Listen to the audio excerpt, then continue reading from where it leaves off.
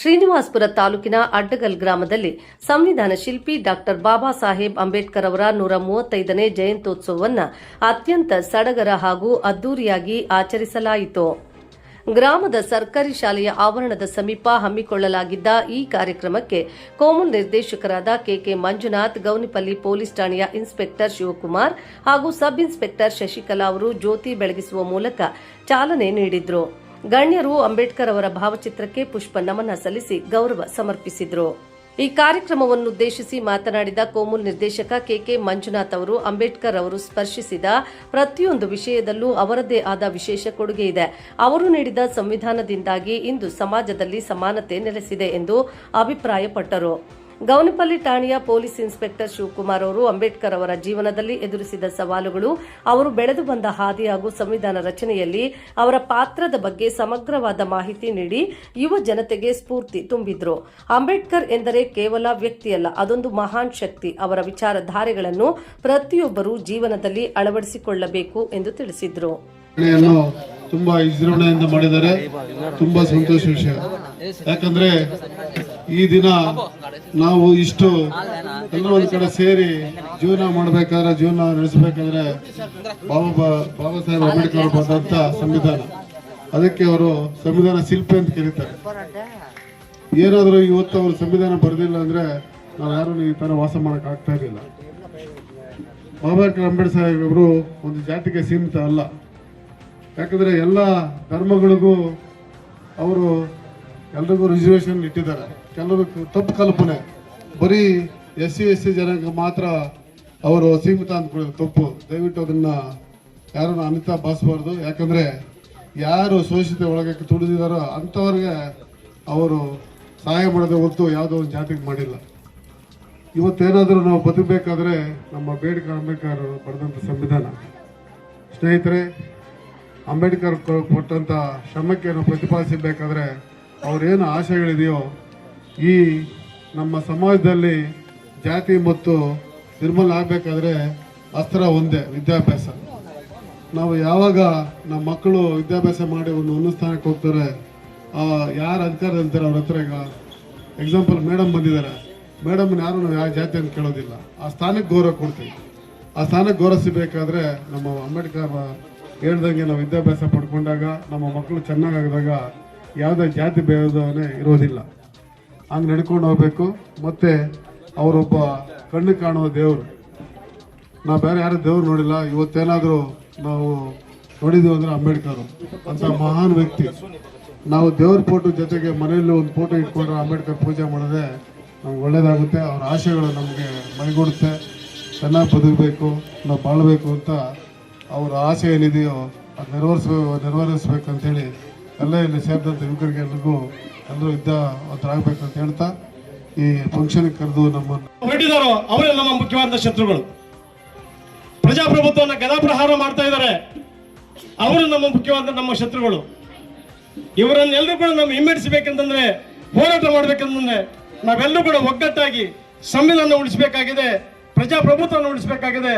ನೀವೆಲ್ಲರೂ ಕೂಡ ಸೇರಿ ಈ ಸಂವಿಧಾನ, ನಮ್ಮ ಬಾಬಾ ಸಾಹೇಬ್ ಅಂಬೇಡ್ಕರ್ ಬರ್ತಕ್ಕಂಥ ಸಂವಿಧಾನವನ್ನು ಉಳಿಸಬೇಕಂತಂದ್ರೆ ನಾವೆಲ್ಲರೂ ಕೂಡ ಸೇರ್ಕೊಂಡು, ಎಲ್ಲ ವಿದ್ಯಾವಂತರು, ಕವಿಗಳು, ಮಹಿಳೆಯರು, ವಿದ್ಯಾರ್ಥಿಗಳು, ಮತ್ತೆ ವಕೀಲರು, ಎಲ್ಲರೂ ಕೂಡ ರೈತರು ಕೂಡ ಸೇರ್ಕೊಂಡು ಈ ಒಂದು ಕಾರ್ಯಕ್ರಮದಲ್ಲಿ ಎಲ್ಲರೂ ಕೂಡ ಒಗ್ಗೂಡಿಸಿ ಸಂವಿಧಾನವನ್ನು ಎಲ್ಲರೂ ಕೂಡ ಉಳಿಸಬೇಕಾಗಿದೆ, ಪ್ರಜಾಪ್ರಭುತ್ವವನ್ನು ಉಳಿಸಬೇಕಾಗಿದೆ. ದಯಮಾಡಿ ಒಳ ಮೀಸಲಾತಿಯರ ಬಾಂಧವರಿದ್ದಾರೆ. ನಮಗೆ ಶತ್ರುಗಳು ನಾವಲ್ಲ, ಒಲೆಯರಿಗೆ ಮಾದಿಗರು ಅಲ್ಲ, ಮಾದಿಗರಿಗೆ ಒಲೆಯರು ಅಲ್ಲ, ಅಥವಾ ಪರಿಶಿಷ್ಟ ಜಾತಿಯ ST ಅವರು ಅಲ್ಲ. ನಮ್ಮ ಮೀಸಲಾತಿ ಸರ್ಕಾರದಿಂದ ಆಗತ್ತೋ ಹೋಗುತ್ತೋ ಬೇರೆ, ನ್ಯಾಯಾಲಯದಲ್ಲಿ ನಡೀತಾ ಇದೆ, ಅದ್ರ ಪ್ರಕಾರ ನಡೀತದೆ. ನಾವೆಲ್ಲೂ ಕೂಡ ನ್ಯಾಯಾಲಯಕ್ಕೆ ಬಂದಂತ ತೀರ್ಪಿಗೆ ನಾವೆಲ್ಲರೂ ಸಹ ತಲೆಬಗ್ಗಿಸಿ ಅದಕ್ಕೆ ನಾವು ಗೌರವವನ್ನು ಕೊಟ್ಟು ಆ ತೀರ್ಪಿಗೆ ನಾವೆಲ್ಲರೂ ಕೂಡ ಒಂದಾಗೋಣ. ನಾವೆಲ್ಲರೂ ಕೂಡ ಒಂದಾಗಿ ಒಗ್ಗಟ್ಟಾಗಿ ಸಂವಿಧಾನದ ಕಡೆ ನಮ್ಮ ಗಮನ ಹರಿಸೋಣ, ಪ್ರಜಾಪ್ರಭುತ್ವದ ಬಗ್ಗೆ ಗಮನ ಹರಿಸೋಣ. ನಾವೆಲ್ಲರೂ ಕೂಡ ಸೇರಿ ಪ್ರಭುತ್ವ ಉಳಿಸಬೇಕಾಗಿದೆ, ಸಂವಿಧಾನವನ್ನು ಉಳಿಸಬೇಕಾಗಿದೆ. ದಯಮಾಡಿ ಎಲ್ಲರೂ ಕೂಡ ಒಗ್ಗಟ್ಟಾಗಿ ಕೆಲಸ ಮಾಡೋಣ ಅಂತ ಹೇಳ್ತಾ ಈ 4 ಮಾತುಗಳ ಅರ್ಥ ಒಂದೆರಡು ಮಾತುಗಳನ್ನ ನಿಮ್ಮ ಮುಂದೆ ಹೇಳೋದಕ್ಕೆ ನಾನು ಇಚ್ಛೆಪಡ್ತೇನೆ. ಇವತ್ತು ಈ ದೇಶದಲ್ಲಿ ನಾವು ನೀವು ನೋಡ್ದಂಗೆ ಎಷ್ಟೋ ಜನ ಮಹನೀಯರ ಜಯಂತಿಗಳನ್ನು ಮಾಡ್ತಾ ಇದ್ದೇವೆ. ಅದರಲ್ಲಿ ಬಾಬಾ ಸಾಹೇಬ್ ಅಂಬೇಡ್ಕರ್ ಅವರ ಜಯಂತಿ ಕೂಡ ಒಂದು. ಯಾಕೆ ಬಾಬಾ ಸಾಹೇಬ್ ಅಂಬೇಡ್ಕರ್ ಅವರ ಜಯಂತಿಯನ್ನ ಇಡೀ ವಿಶ್ವದಲ್ಲೇ ಮಾಡ್ತಾ ಇದ್ದಾರೆ? ಯಾಕೆ ವಿಶ್ವದಲ್ಲಿ ಬಾಬಾ ಸಾಹೇಬ್ ಅಂಬೇಡ್ಕರ್ ಅವರ ಜಯಂತಿಯನ್ನ ಮಾಡ್ತಾ ಇದ್ದಾರೆ ಅಂತ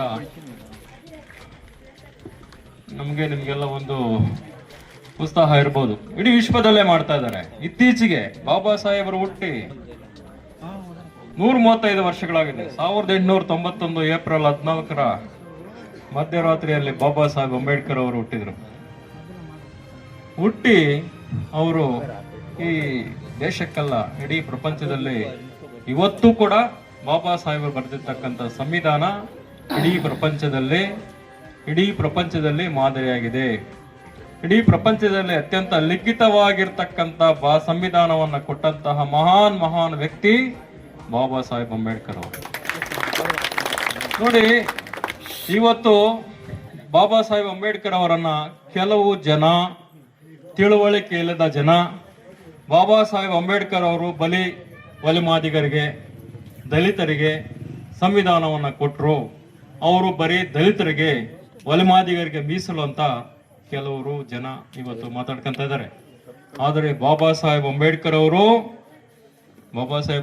ಹೇಳ್ತಾರೆ, ನಾನು ಸಂವಿಧಾನವನ್ನ ಕೇವಲ ದಲಿತರಿಗಾಗಿ ಕೊಟ್ಟಿಲ್ಲ, ನಾನು ಯಾರಿಗೆ ಸಂವಿಧಾನವನ್ನ ಕೊಟ್ಟಿದ್ದೀನಿ ಅಂತ ನೀವು ಸಂವಿಧಾನವನ್ನ ಒಂದ್ಸರಿ ಓದಿ ನಿಮ್ಗೆ ಅರ್ಥ ಆಗ್ತದೆ ಅಂತ ಹೇಳ್ತಾರೆ.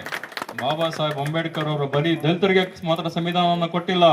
ಇವತ್ತು ಹೆಣ್ಣು ಮಕ್ಕಳು ಈ ದೇಶದಲ್ಲಿ ಧೈರ್ಯವಾಗಿ ಓಡಾಡ್ಬೇಕಂದ್ರೆ, ಇವತ್ತು ಕಾರ್ಮಿಕರು ಈ ದೇಶದಲ್ಲಿ ಕಾರ್ಮಿಕರು ಧೈರ್ಯವಾಗಿ ಕಾರ್ಖಾನೆಗಳಲ್ಲಿ ಕೆಲಸ ಮಾಡ್ಬೇಕಂದ್ರೆ ಬಾಬಾ ಸಾಹೇಬರು ಬರೆದಿರ್ತಕ್ಕಂಥ ಸಂವಿಧಾನದಿಂದ ಮಾತ್ರ ಸಾಧ್ಯ.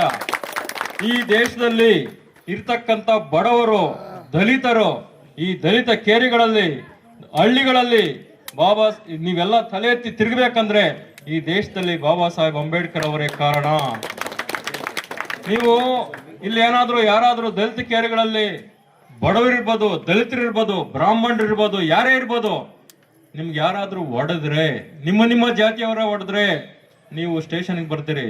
ನೀವು ಸ್ಟೇಷನ್ಗೆ ಬಂದು ಕೇಳ್ತಿರಲ್ಲ ಪೊಲೀಸರ್ನ, ಅವನ್ ನನ್ನ ಹೊಡೆದಿದ್ದಾನೆ, ಅವನ ಮೇಲೆ FIR ಹಾಕಂತಿರಲ್ಲ. ಆ ಹಕ್ಕು ಕೊಟ್ಟಿರ್ತಕ್ಕಂಥದ್ದು ಯಾರು ಗೊತ್ತಾ? ಈ ದೇಶದ ಸಂವಿಧಾನ. ಬರೀ ದಲಿತರು ಬಿಟ್ಬಿಡಿ, ಒಲಿಮಾದಿಗರ ಕತೆ ಬಿಟ್ಬಿಡಿ, ಬ್ರಾಹ್ಮಣರಿರ್ಬೋದು, ಮುಸ್ಲಿಮ್ಸ್ ಇರ್ಬೋದು, ಹರಿಜನ ಬೇರೆ ಯಾರು ಬ್ರಾಹ್ಮಣರೇ ಇರ್ಬೋದು, ಬ್ರಾಹ್ಮಣರ ಕಿತ್ತಾಡ್ತಾರೆ.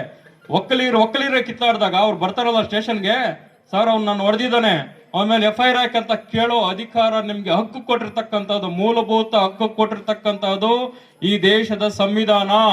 ಈ ದೇಶದ ಸಂವಿಧಾನವನ್ನ ಬರೆದಿರ್ತಕ್ಕಂಥವ್ರು ಬಾಬಾ ಸಾಹೇಬ್ ಅಂಬೇಡ್ಕರ್. ಈ ದೇಶದಲ್ಲಿ ನೀವು ಧೈರ್ಯವಾಗಿ ಓಡಾಡಿ. ಈ ದೇಶದಲ್ಲಿ ಕಾನೂನಿದೆ, ಪವಿತ್ರವಾದ ಕಾನೂನಿದೆ. ಈ ದೇಶದಲ್ಲಿ ಸುಪ್ರೀಂ ಕೋರ್ಟ್ ಇದೆ, ಈ ದೇಶದಲ್ಲಿ ನ್ಯಾಯಾಲಯಗಳಿದ್ದಾವೆ, ಈ ದೇಶದಲ್ಲಿ ಕಾನೂನಿದೆ. ಆ ಕಾನೂನನ್ನ ಈ ದೇಶದಲ್ಲಿ ನೀವೆಲ್ಲ ಸಂವಿಧಾನವನ್ನು ಓದ್ಬೇಕು, ಓದಿದ್ರಲ್ಲ ಎಲ್ಲ ಇದೆ.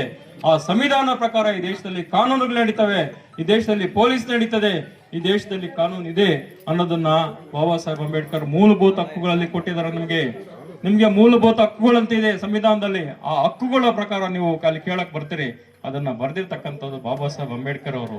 ಯಾಕೆ ಬಾಬಾ ಸಾಹೇಬ್ ಅಂಬೇಡ್ಕರ್ ಅವರು ಅದನ್ನೆಲ್ಲ ಬರೆದ್ರು ಅಂತಂದ್ರೆ, ಆಗ ವರ್ಣ ಪದ್ಧತಿ ಇತ್ತಾಗ ಬಾಬಾ ಸಾಹೇಬ್ ಅಂಬೇಡ್ಕರ್ ಅವರು ಕೇಳಿಸ್ಕೊಳ್ಳಿ, ಇಲ್ಲಿರ್ತಕ್ಕಂಥ ಹೆಣ್ಣು ಮಕ್ಕಳು ಕೇಳಿಸ್ಕೊಳ್ಳಿ, ನೀವು ಕೇಳಿರ್ತಿರೋ ಇಲ್ಲ, ಬಾಬಾ ಸಾಹೇಬ್ ಅಂಬೇಡ್ಕರ್ ಅವರು ಹುಟ್ಟಿದಾಗ 14ನೇ ಮಗನಾಗಿ ಹುಟ್ಟಿದ್ರು.